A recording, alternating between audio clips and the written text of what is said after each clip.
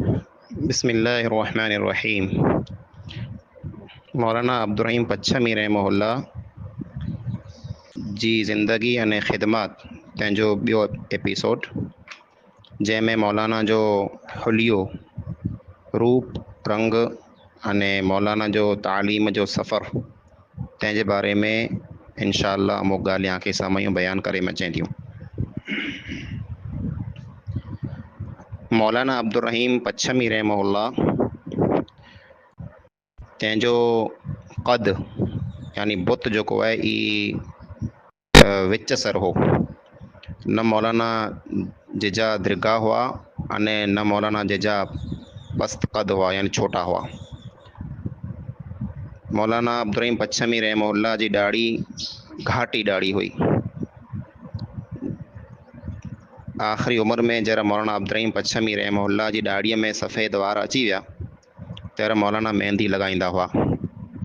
अने मौलाना जी ॾाढ़ी वधारे वॾी न हुई पण सीने मथे पुॼंदी हुई, एतिरी ॾाढ़ी हुई। मौलाना जो रंग ई सांवरो हो, सांवरे रंग जा हुआ, सांवरे कलर जा हुआ। मौलाना जूं अखियूं वॾियूं वॾियूं अने ख़ूबसूरत हुयूं। मौलाना जो चहिरो जेको आहे कुशादा अने वॾो हो अने सीनो जेको आहे मौलाना जो बिल्कुलु चौड़ो अने वसी हो। जिस्म में मौलाना भारी हुआ, यानी मौलाना जे जिस्म में घणो वज़न हो। एतिरे लाइ करे नंढड़े उठ मथे, नंढी ॼमार जे उठ मथे मौलाना सवारी कीन कंदा हुआ। जरा उठ मथे सवार थींदा हुआ त इनो पहिला मौलाना पुछी गिनंदा हुआ जे उठ जी ॼमार केतिरी आहे। जेकॾहिं ॼमार जो उठ नंढो हूंदो हो त मौलाना उन उठ मथे कीन चढ़ंदा हुआ, कीन वेहंदा हुआ। कुल्ला जो उठ जेको आहे मौलाना जो भार जेको आहे कीन खणी सघंदो हो, एतिरा मौलाना वज़नी हुआ। मौलाना जी जेको गर्दन आहे इहा विच सर हुई, न वधारे लंबी हुई न वधारे पस्त हुई। हड्डियूं मौलाना जूं मज़बूत हुयूं अने हड्डियूं जेको आहे ई झाड़ियूं पण हुयूं। मौलाना जी जेको हथारी आहे इहा हथारी भारी भरकम अने नरम अने नाज़ुक हुई। मौलाना लिबास में ख़मीस पहिरींदा हुआ अने तहबंद ॿधंदा हुआ, यानी हेठि जंहिंखे पाण पंहिंजी ज़बान में गंदी चऊं था, इहा गंदी जेको आहे जेको अॼु पाण वटि वॾा माण्हू पहिरींदा, ई मौलाना पहिरींदा हुआ। अने मथे मथे मौलाना जेको आहे अमामो यानी पटको ॿधंदा हुआ। मौलाना जो जेको कुर्तो आहे जेको जंहिंखे पाण चोली चऊं था, ई ख़ाकी कलर जो हूंदो हो। अने मथे मथे जेको पटको आहे ई अक्सर मौलाना अजरक जो या सफ़ेद कपिड़े जो ॿधंदा हुआ। चाल में हले में मौलाना तेज़ हूंदा हुआ, विख में हलंदा हुआ। चहिरो हमेशह मुस्कुराईंदो पियो हो अने जेको माण्हू मिलंदो हो तंहिंसे मौलाना मुस्कुराए करे मिलंदा हुआ। रौबदार यानी वज़न वारा अने हैबत वारा इंसान हुआ। जहिड़ो तहिड़ो इंसान मौलाना अब्दुल रहीम पच्छमी जी जेको अखि आहे, मौलाना अब्दुल रहीम पच्छमी जो जेको चहिरो आहे, तंहिंजो रौब आहे, उहो रौब जेको आहे ॾिसी करे मौलाना के साम्हूं जहिड़ो तहिड़ो इंसान जेको आहे ॻाल्हि पिणु कीन करे सघंदो हो। मौलाना अब्दुल रहीम पच्छमी रहमहुल्लाह तालीम जो सफ़र कयानो शुरू कयूं। मौलाना अब्दुल रहीम पच्छमी रहमहुल्लाह जा ॾोहितरा मौलवी अबू बकर रहमाबादी रहमहुल्लाह लिखें था जे शुरू जी जेको तालीम हुई, जेको अलीफ बा वटां जेको तालीम शुरू जी तालीम हुई थी, इहा तालीम मौलाना पिंड जे पीउ वटां ॻिणो हो। पे जेको अब्दुल अज़ीज़ हुआ, ई पण आलिम हुआ, पण अक़ीदे में तौहीद मथे न हुआ। आलिम हुआ, वॾा आलिम हुआ, पण मसलक जेको आहे उहो मसलक अहल हदीस वारो तौहीद वारो न हो, पुठियां तौहीद वारा थिया हुआ। त शुरू जी तालीम मौलाना पिन जे वालिद वटां ॻिणो, पिन जे पुत्र खे मौलवी अब्दुल अज़ीज़ पढ़ायो। अने पोइ अॻियां जी तालीम लाइ करे मौलाना खे जामनगर काठियावाड़ मौलाना अब्दुल हादी पठान जेको आहे उन वटि मौलाना जे वालिद साहबु हलाए ॾिनो। मौलाना हुते पढ़े लाइ विया अने पोइ वरी पाछा वरी आया। पाछा कुल्ला वरी आया, तंहिंजी कोई ख़बर न हुई। जंहिंजो हिकिड़ो लेख मिले थो मौलाना अब्दुल हादी साहब पठान जेको मौलाना अब्दुल रहीम जा उस्ताद आहिनि, उन फ़ारसीअ में हिकिड़ो ख़त लिखियो हो मौलाना अब्दुल रहीम जे पीउ खे। उन फ़ारसीअ जे ख़त में ई लिखियलु आहे। उहो ख़त अॼु पण मौजूदु आहे जे मौलाना अब्दुर्रहीम पच्छमी मौलाना अब्दुर्रहीम पच्छमी जा जेको उस्ताद अब्दुल हादी उहे लिखनि था मौलाना अब्दुर्रहीम जे वालिद खे, जे आंजा जेको पुत्र रहिया जेको अब्दुर्रहीम नाले जा, उहो मदरसे में जा बग़ैर इत्तिला ॾेई ख़बर ॾेई ऐं ईअं ख़बर ॾिनी बग़ैर मदरसे मां हलिया आया आहिनि। अने कुला मदरसे मां हलिया आया आहिनि, तंहिंजी कोई ख़बर न आहे, इल्म खे छॾे कुला हलिया विया। मूंखे त उन लिखियो अहिड़ो लॻे थो जे सुख न आयो हूंदो अने तंहिंजी वजह सां हलिया विया हूंदा, न त इल्म खे छॾे माण्हू को पण वञे न।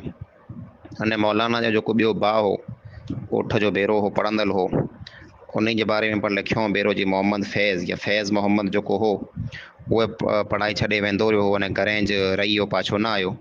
त अब्दुल हादी लिखनि था जे मूंखे अहिड़ो लॻे थो जे घरें कमकार वधारे आहे, तंहिंजे कारणे फैज़ मोहम्मद पाछो न आयो। अने पोइ शर्म जे कारणे अब्दुर्रहीम पण पढ़ियल करे पाछो न ई आयो। पोइ मौलाना खे पढ़ाई लाइ करे सिंध जे हिकिड़े सूबे में हलाए में आयो। उते को मदरसो हो, सिंध सूबे में हिकिड़ो मदरसो हो, उते मौलाना खे हलाए में आयो। उते मौलाना पढ़े लाइ विया त मौलाना जी उमिरि 8 या 9 वरी हुई। मौलाना जो ख़ानदान जो हिकिड़ो ॿियो छोकिरो जंहिंजो नालो मोहम्मद उमर हो, हू पण मौलाना अब्दुर्रहीम पच्छमी बेरा तेर पढ़ाईअ में हुआ। मौलाना अब्दुल हादी पठान जेको आहे मौलाना जा उस्ताद जामनगर काठियावाड़ जा, उन हिकिड़े ख़त में ई लिखियो हो हिन जे बारे में जे अब्दुर्रहीम मदरसो छॾे वेंदो रहियो आहे। अने अब्दुर्रहीम जेको उमर बॉय बेरा हुआ, इन खे अलॻि अलॻि जमात में कुला दाख़िलो मिलियो आहे, तंहिंजी मूंखे कीअं ख़बर न आई। अने सिंध जे यानी किने मदरसे में हलाए छॾिया आहियां, कहिड़ो मदरसो जंहिंमें हलाया आहिनि, तंहिंजी पण को ख़बर न आई ॾिना। अने अब्दुर्रहीम जेको रहियो इन हिकिड़े खे मूं वटि हलाए ॾियो त आउं इन मथे तालीम जे सिलसिले में महिनत कई आहिनि, कोशिशि कई आहिनि इंशाअल्लाह।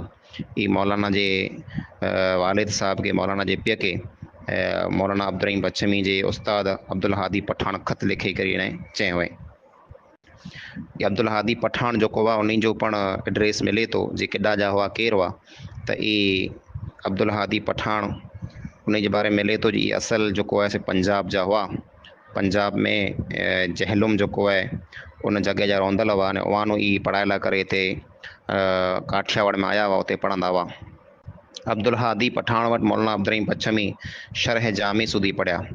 अने उन वक़्त में शरह जामी हिकिड़ो किताब जो नालो आहे, एतिरी ज पढ़ाई में अचींदी वई। अने पुठियां अॻियां जेको आहे तालीम ॾिने में की न अचींदी वई। पोइ मौलाना जी तबियत में अने दिलि में वाधारे शौक़ु हो पढ़े जो, तंहिं लाइ करे मौलाना अब्दुर्रहीम पच्छमी पिन जे उस्ताद अब्दुल हादी पठान खे अने पिन जे वालिद अब्दुल अज़ीज़ खे ॿिन्ही खे चयो आउं पढ़े लाइ वञा थो, पर ॿिन्ही ना करे छॾियो एतिरी पढ़ाई घणे। तहिड़ा मौलाना अब्दुर्रहीम पच्छमी रहमहुल्लाह हिंदुस्तान जा जेको ॿिया वॾा वॾा मदरसा हुआ उन में तालीम हासिलु करे लाइ करे ऐं पीउ ने उस्ताद जी रजा विगर ईअं हलिया विया। अने पोइ मुंबई रवाना थिया। अने साथ में केरु पण न हो, हिकिड़ा हुआ। अने नंढा ॼमार जा नंढा हुआ। हाफ़िज़ मिस्री मुतवा रहमहुल्लाह पनावारी वारा उन लिखायो हो जो उन वक़्तु मौलाना जी उमिरि 13 वरी हुई। अने 13 वरे जो इंसानु हिकिड़ो बचो वे थो, नंढी ॼमार में रवाना थी मुंबई पुॻा। मुंबई में हिकिड़ो सूमरा बिरादरी जो इंसानु जंहिंजो नालो दरस मियाँ मोहम्मद वलद अब्दुल सत्तार, मियाँ मोहम्मद अब्दुल सत्तार नाले जो हिकिड़ो इंसानु मिलियो, सूमरो हो। अने उन मौलाना खे मुंबईअ में सम्झाए ॾग जे पुत्र तूं पाछो वरी वञ, जाम सम्झाए तो पाछो वरी वञ, हिकिड़ो ईअं अने ठले हथे ईअं तो वटि कीअं पण न आहे, वॾो सफ़र आहे अने तूं कीअं पढ़ी सघंदे। त मौलाना अब्दुर्रहीम जेको शेर सिफ़त हुआ, जेको दिलि जा वसी अने दिलि जा जेको आहे से दिलेर इंसानु हुआ, इल्म जा जेको ऐं से शौक़ीन हुआ, उन चयो जे न आउं अॻियां सफ़र कंदुसि ने पढ़ाई लाइ करे वञा थो। त उहो जेको मोहम्मद अब्दुल सत्तार मियाँ मोहम्मद अब्दुल सत्तार सूमरा जेको हुआ उन मौलाना खे 6 रुपया ॾिनो, जे तूं हिकिड़ो वञे पियो त 6 रुपया तोखे आउं ॾियां थो, ई 6 रुपया खणी वञ। मौलाना अब्दुर्रहीम पच्छमी 6 रुपया खणी अने उन वक़्तु जेको आहे तालीम हासिलु करे लाइ करे अॻियां रवाना थी विया। उन वक़्तु हालात हिंदुस्तान जा तमामु ख़राबु हुआ। हिकिड़ो सोने तक़रीबन हाणे त हिकिड़ो सोने AC वारे थिया, उन ज़माने में मौलाना अब्दुर्रहीम पच्छमी रहमहुल्लाह हिकिड़ो सोने AC न सॉरी बल्कि हिकिड़ो सोने 10 वर या 100 वरनि जो अरसो थियो त मौलाना अब्दुर्रहीम पच्छमी रहमहुल्लाह तालीम लाइ करे विया पई। ई तक़रीबन 1900 अने 2-3 जी ॻाल्हि आहे त हिकिड़ो 120-25 वरनि जी ॻाल्हि आहे जुनी जॾहिं मौलाना अब्दुर्रहीम पच्छमी रहमहुल्लाह जेको आहे तालीम लाइ करे रवाना थिया हुआ।